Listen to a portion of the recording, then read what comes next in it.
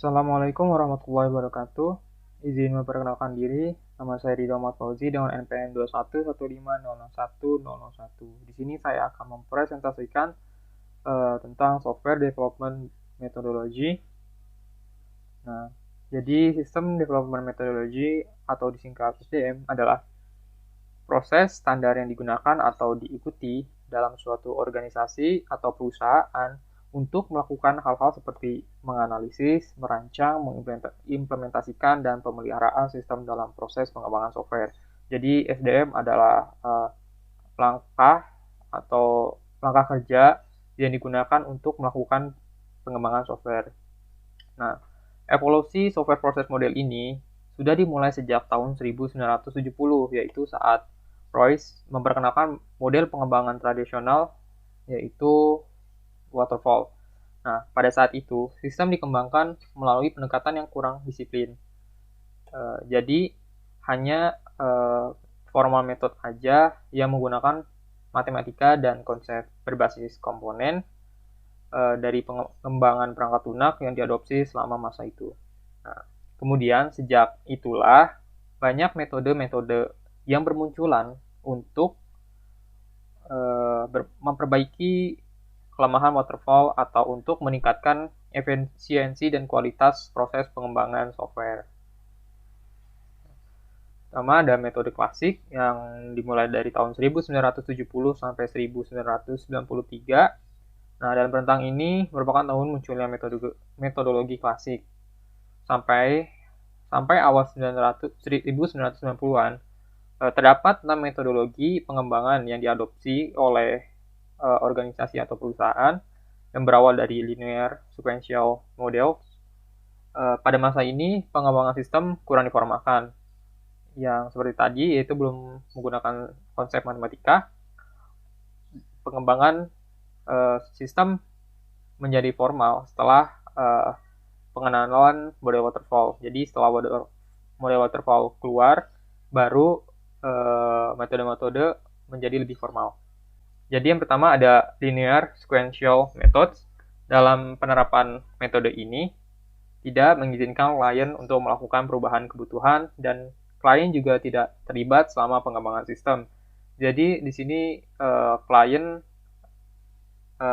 tidak setara dengan pengembang dan juga manajer segala macam. Jadi klien hanya dapat diizinkan untuk menggunakan sistem dan memberikan umpan balik. Nah, metode ini cocok digunakan dalam proyek yang besar dan juga kompleks, di mana persyaratan harus sudah diketahui dulu sebelumnya dan memiliki tim dengan jumlah lebih dari 100 orang. Nah, karena klien tidak terlibat, maka biaya pemeliharaan menjadi sangat tinggi. Karena apabila ada perubahan kebutuhan, maka prosesnya itu akan dimulai dari awal kembali, sehingga membutuhkan biaya yang cukup tinggi. Nah, turunan dari linear sequential method itu ada yang pertama ada waterfall. Dalam metode ini, setiap fase harus diselesaikan untuk memulai fase berikutnya. Jadi, untuk berpindah ke fase selanjutnya, fase yang sedang dikerjakan harus benar-benar selesai dan sudah disetujui, baru dapat berpindah ke fase berikutnya. Nah, setiap fase ini nantinya juga akan berinteraksi dengan fase berikutnya. Model ini berguna dalam situasi di mana persyaratan tidak berubah dan pekerjaan berlangsung secara linear. Jadi selalu maju ke depan. Yang kedua ada V-model, merupakan variasi dari waterfall yang memberikan lebih banyak pengujian sepanjang life cycle. Nah, setiap aktivitas pengembangan di sisi kiri akan memiliki aktivitas pengujian yang sesuai di sisi kanan. Selanjutnya ada W-model, merupakan metode untuk mengatasi kekurangan pada metode V-model. Nah, W-model ini berfokus baik pada pengujian statis maupun pengujian dinamis. Pengujian statis akan dilakukan selama pengembangan dan pengujian dinamis dilakukan selama fase pengujian pengembangan sistem. Nah, berikut adalah gambar dari tiga metode itu. Nah, ini tadi yang V-model itu antara kiri dan kanan akan dilaksanakan secara bersamaan antara verification dan validation model. Selanjutnya ada incremental iterative methods. Nah, permasalahan pada metode tradisional adalah kurangnya keterlibatan klien, sehingga menyebabkan biaya pemeliharaan lebih tinggi dan kebutuhan sistem tidak dapat diubah.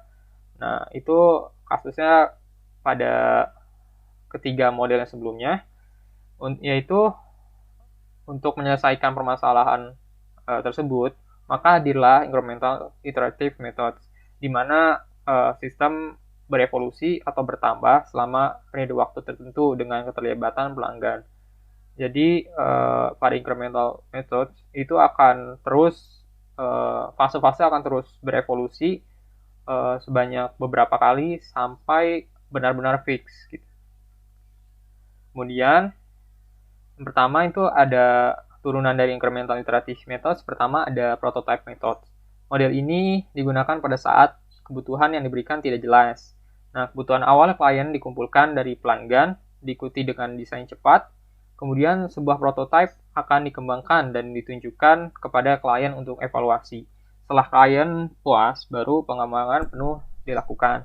Jadi prototype model adalah model yang awalnya tidak diketahui kebutuhannya yang jelas, sehingga dibutuhkan sebuah prototype atau gambaran untuk klien apakah kebutuhannya itu sesuai dengan prototype. Nah, jika sudah sesuai, maka pengembangan penuh akan dilakukan. Yang kedua ada spiral model.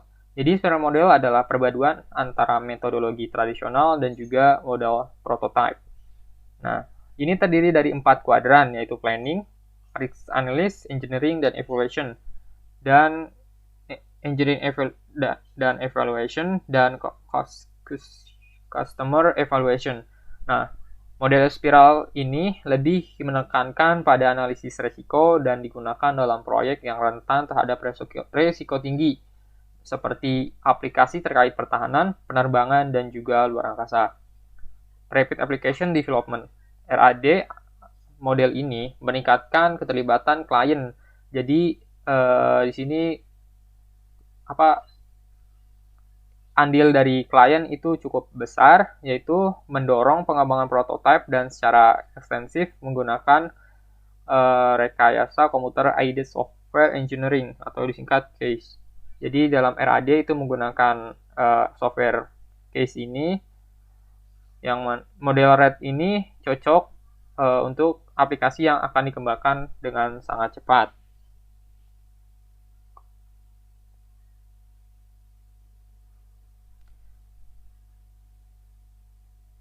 Dan juga, sehingga dapat dikatakan model RAD ini dapat digunakan untuk melakukan pengembangan sistem yang memiliki waktu yang singkat. Nah, ini adalah gambar-gambar langkah kerja dari ketiga model tersebut. Ini prototype model, spiral model, Jordi Faisal. Sesuai namanya, flow dari spiral model itu membentuk spiral. Oke.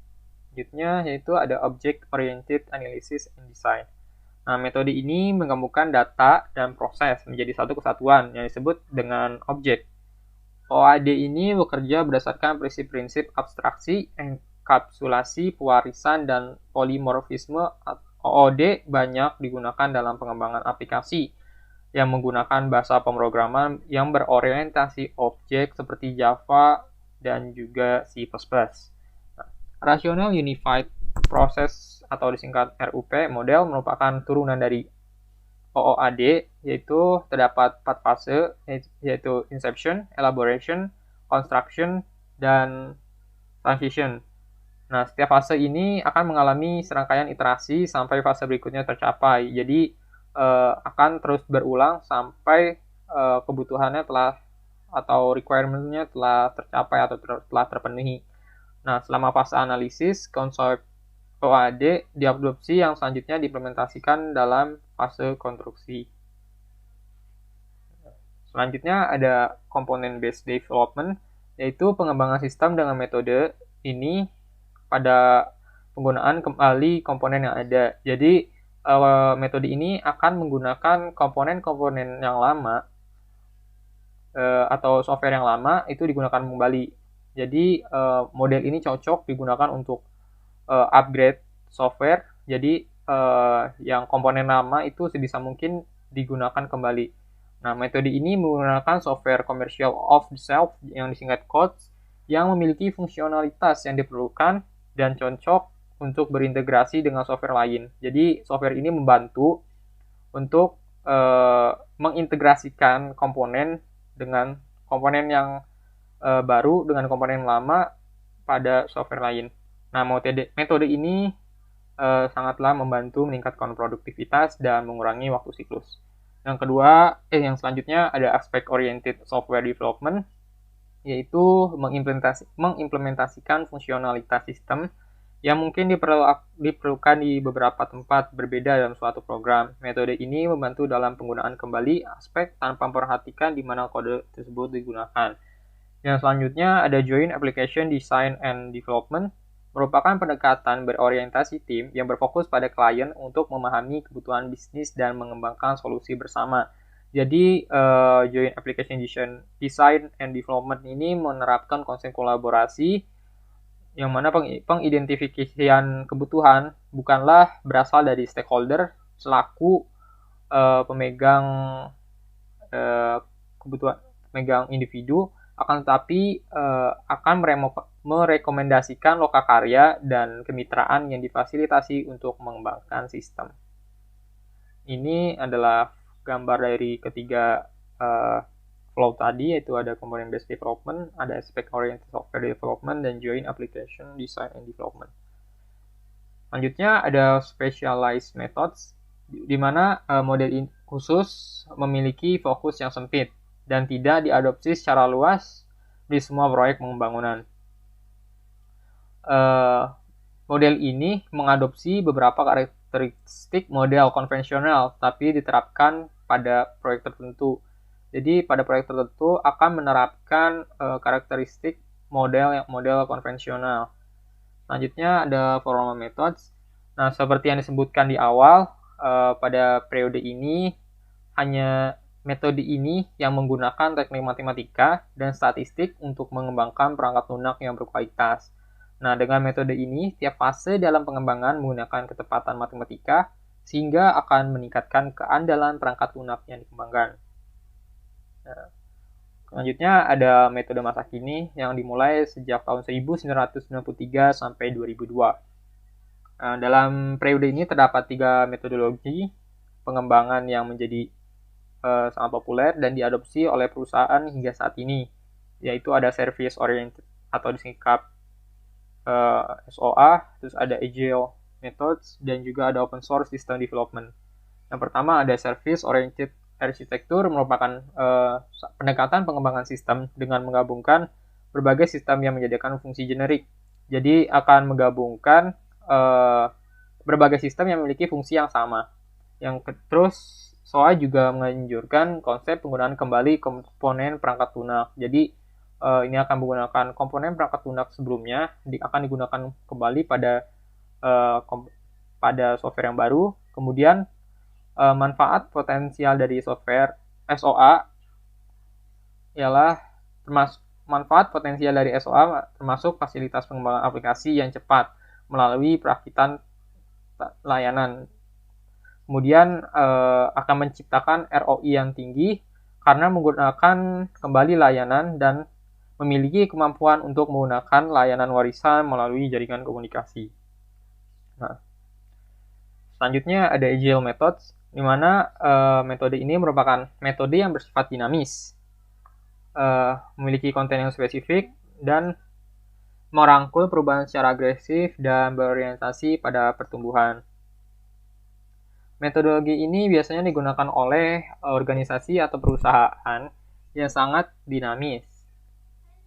Tidak seperti metode tradisional, metode agile menghargai perubahan, melibatkan pengguna di seluruh siklus hidup atau dari seluruh life cycle, yaitu membagi pengembangan menjadi siklus yang pendek dengan waktu 2-4 minggu, yaitu menganjurkan integrasi berkelanjutan untuk meningkatkan kualitas dan merupakan praktik yang paling banyak diadopsi dalam industri.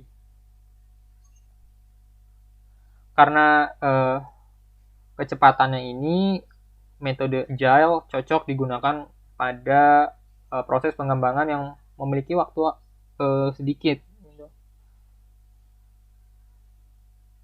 Nah, turunan dari Agile Methods itu ada Adaptive Software Development, di mana metode ini lebih menekankan pada permusuhan tim, pengorganisasian diri, kolaborasi interpersonal, pembelajaran individu dan tim. Yang selanjutnya ada Feature Driven Development, yaitu merupakan metode yang berfokus pada klien, berpusat pada arsitektur dan pragmatis. Di dalam FDD ini, fitur diartikan sebagai fungsi yang dihargai klien yang dapat diimplementasikan dalam 2 minggu atau kurang. Jadi metode ini akan melakukan pengembangan software dalam jangka waktu 2 minggu atau kurang. Kemudian ada Dynamic System Development Methodology. Metode ini mengikuti konsep Moskow untuk memprioritaskan kebutuhan yang merupakan singkatan dari must, should, could, want, have requirements. Nah, ini adalah gambar dari langkah kerja ketiga metode tadi. Itu ada Adaptive Software Development, Feature Driven Development, dan Dynamic System Development Methodology. Selanjutnya, turunan dari Agile selanjutnya itu ada Extreme Programming, yang merupakan metode yang sangat sukses. Metode ini menekankan pada kerja tim, manajer, klien, dan juga pengembang. Semuanya adalah mitra yang setara. Jadi pada Extreme Programming semuanya dianggap setara dan semuanya itu berkolaborasi. Dalam Extreme Programming ini, pengembang dan penguji bekerja sama di terminal yang sama. Kemudian pengembang lebih berkonsentrasi pada desain kode dan penguji akan berkonsentrasi pada standar kode. Selanjutnya ada Scrum, merupakan metodologi Agile yang digunakan untuk menyelesaikan proyek yang kompleks. Dalam metode ini, kebutuhan yang akan dikembangkan disebut dengan product backlog.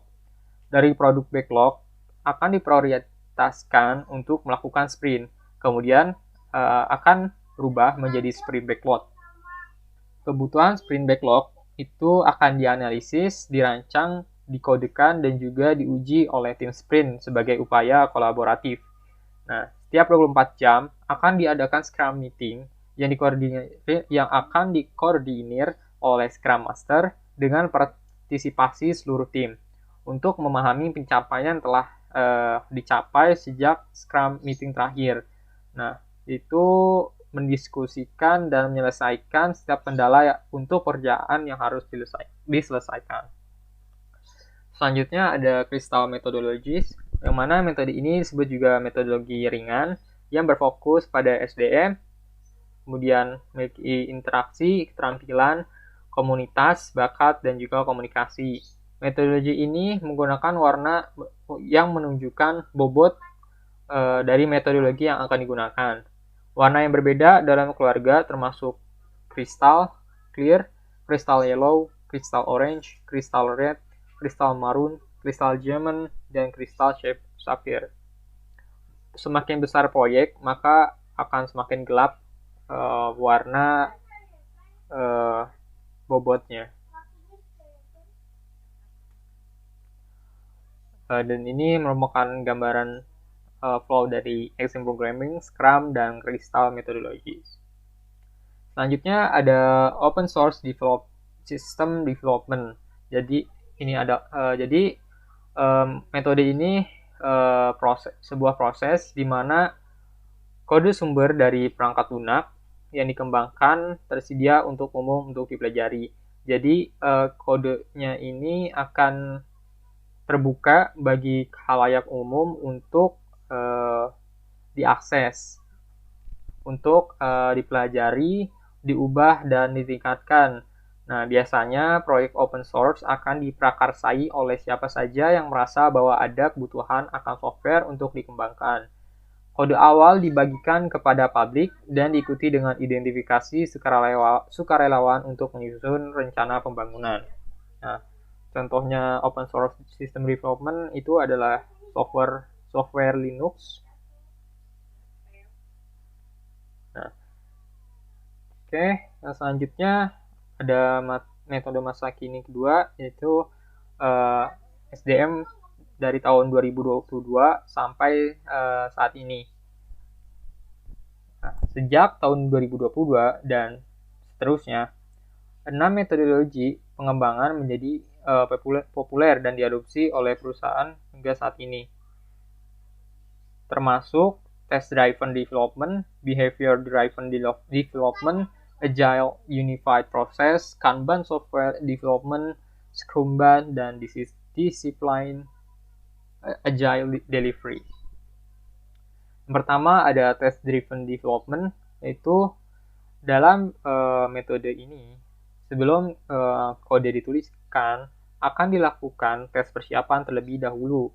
Ini akan menekankan spesifikasi lebih dari validasi yang merupakan fokus tradisional pengujian. Dengan kata sederhana, metode ini adalah pengujian pengembangan pertama yang ditambahkan dengan refactoring. Selanjutnya ada Behavior Driven Development. Nah, BDD ini merupakan perpanjangan dari Test Driven Development. Nah, pada metode ini, siklus interaksi dengan output yang terdefinisi dengan baik menghasilkan pengiriman perangkat lunak yang berfungsi dan yang paling terpenting adalah teruji.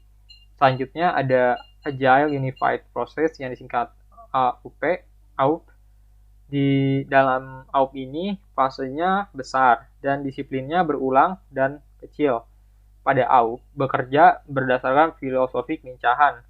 Itu filosofi Agile, yaitu kesederhanaan, kepercayaan pada staff, fokus pada item yang bernilai tinggi dan dapat disesuaikan dengan kebutuhan. Nah, metode AUP ini bukan untuk semua orang dan harus dipilih sesuai kebutuhan tim pengembang. Jadi penggunaan metode ini akan disesuaikan berdasarkan kebutuhan tim. Ini adalah gambar dari 3 metode tadi. Ini Test Driven Development, ini Behavior Driven Development, dan ini Agile Unified Process. Selanjutnya adalah Kanban Software Development.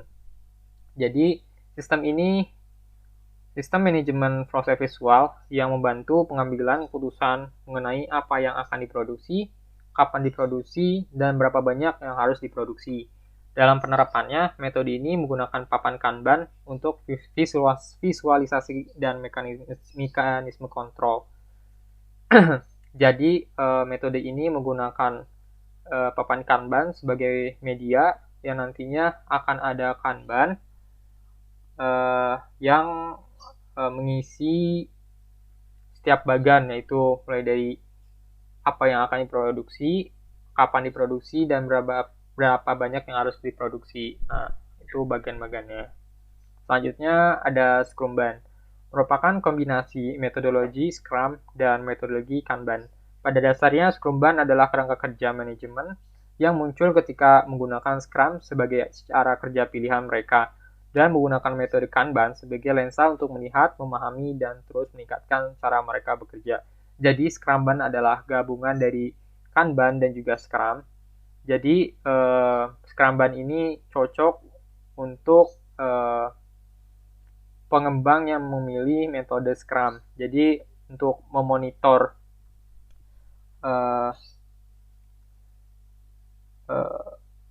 untuk melihat, memahami, dan juga terus meningkatkan cara bekerjanya. Selanjutnya ada Discipline Agile Delivery, yaitu merupakan kerangka kerja keputusan yang berkaitan dengan pendekatan hybrid agile, berorientasi dengan orang pertama untuk menyampaikan solusi TI. Kemudian DAD adalah pendekatan hibrida dari banyak metodologi pengembangan seperti Scrum, Kanban, Extreme Programming, dan RUP, dan sebagainya. Discipline Agile Delivery ini mendukung filosofi tim yang berorientasi pada tujuan, sadar akan perusahaan, dan menskalakan Agile. Dan ini adalah contoh atau gambar dari 3 metode tadi. Nah, Selanjutnya ada metodologi selection strategy. Nah, dalam metodologi selection strategy itu terdapat faktor-faktor yang dapat digunakan untuk memilih sebagai acuan dalam pemilihan metodologi. Pertama, berikut adalah faktor-faktor yang dapat dijadikan acuan untuk memilih metodologi pengembangan. Yang pertama ada kejelasan persyaratan pengguna. Kejelasan persyaratan pengguna itu berdasarkan kejelasan persyaratan yang didapatkan dari klien yang didapat melalui kuesioner maupun wawancara secara langsung pada klien. Nah, ketika persyaratan pengguna untuk apa yang harus dilakukan sistem tidak jelas, maka sulit untuk memahami spesifikasi dari sistem yang akan dibuat. Selanjutnya ada keakraban dengan teknologi, yaitu mengenai teknologi apa yang akan digunakan dalam pengembangan perangkat lunak dan seberapa familiar teknologi tersebut. Nah, saat sistem akan menggunakan teknologi baru yang tidak dikenal oleh para analis dan programmer, itu akan memperlama proses pengembangan software dan akan menurunkan peluang keberhasilan, sehingga bisa dikatakan menjadi sangat tidak efisien. Nah, selanjutnya kompleksitas sistem. Nah, kompleksitas itu didasarkan oleh banyaknya kebutuhan atau requirements yang dimiliki oleh sistem. Sistem yang kompleks memerlukan analisis dan desain yang cermat dan terperinci. Kemudian ada keandalan sistem. Keandalan sistem biasanya merupakan faktor yang paling penting dalam pengembangan sistem. Oleh karena itu, keandalan sistem dengan pemenuhan kebutuhan harus diperhatikan. Kemudian jadwal waktu yang singkat. Dengan jangka waktu yang singkat, tentunya harus memilih metode yang dirancang untuk mempercepat pengembangan. Karena ketika jadwal singkat memungkinkan tim proyek untuk menyesuaikan fungsi dalam sistem berdasarkan pada tanggal pengiriman tertentu, dan jika jadwal proyek mulai meleset, maka dapat disesuaikan kembali dengan menghapus fungsionalitas dari versi atau prototipe pengembangan. Kemudian ada jadwal visibilitas, yaitu salah satu tantangan terbesar dalam pengembangan sistem adalah menentukan apakah suatu proyek sesuai jadwal. Jadi tim pengembang harus dapat melihat atau bisa menerka seberapa lama proses pengembangan itu berlangsung, sehingga dapat membuat jadwal yang sesuai. Nah, berikut adalah contoh-contoh penerapan metodologi development strategi yang menggunakan faktor-faktor pemilihan. Ini adalah contohnya. Baik, itu adalah presentasi saya. Jadi, kesimpulannya ialah pada metode klasik ini itu lebih kaku, alias tidak memperhatikan dari sisi klien, yang mana klien tidak terlibat dalam proses pengembangan software, dan juga klien tidak dapat atau tidak diizinkan untuk melakukan perubahan kebutuhan sistem atau software. Dan juga pada metode klasik itu bersifat sekuensial atau linear, jadi prosesnya selalu maju ke depan. Kemudian sedangkan pada metode-metode masa kini itu pada proses pengembangannya melibatkan klien dalam proses pengembangannya, dan juga klien diizinkan atau dapat mengubah kebutuhan sistem pada saat proses pengembangan telah berlangsung. Dalam metode masa kini dalam metode masa kini seluruh komponen pengembang, mulai dari manajer, pengembang, dan juga klien, ikut serta dalam proses pengembangan. Jadi semua komponen tersebut dianggap setara dalam proses pengembangan. Nah, jadi dalam metode masa kini itu lebih kolaboratif. Dan metode masa kini juga telah menggunakan teknik matematika dan juga statistik untuk mengembangkan perangkat lunak yang lebih berkualitas. Dan ini adalah daftar pustaka yang saya gunakan, yang saya jadikan, atau jurnal-jurnal yang saya jadikan referensi dalam pembuatan PowerPoint ini. Baik, itu saja yang dapat saya sampaikan. Kurang lebihnya saya mohon maaf. Wassalamualaikum warahmatullahi wabarakatuh.